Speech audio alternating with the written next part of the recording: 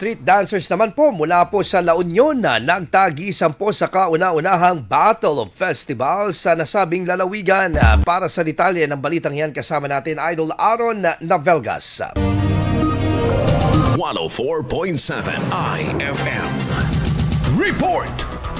Nagtagisan ang 20 kalahok mula sa iba't ibang bayan at lungsod sa La Union sa kauna-unahang Battle of La Union Festival Street Dancing Competition na ginanap noong Pebrero 21 sa San Fernando City bilang bahagi ng pagdiriwang ng 176 na anibersaryo ng La Union. Sa makukulay na kasuotan at sabayang galaw sa bawat tugtog, ipinakita ng mga kalahok ang kasiglahan at pagkakaisa habang isinasalaysay ang kani-kanilang kapistahan sa pamamagitan ng pagsasayaw. Itinanghal na kampyon ng bayan ng Tubao, sinundan ng Balawan bilang first runner-up, Bangar bilang second runner-up, Pugo bilang third runner-up at Sudipan bilang fourth runner-up. Ayon sa pamahalang panlalawigan, tunay na ipinakita ng mga kalahok ang diwa ng pagkakaisa, alinsunod sa tema ng anibersaryo ng La Union na Riknati Agkaysa, na nagbibigay diin sa mayamang kulturo at ipinagmamalaking pamana ng bawat bayan sa probinsya. Kasama mo sa IFM Dagupan, Idol Aaron Navelgas sa TAC IFM.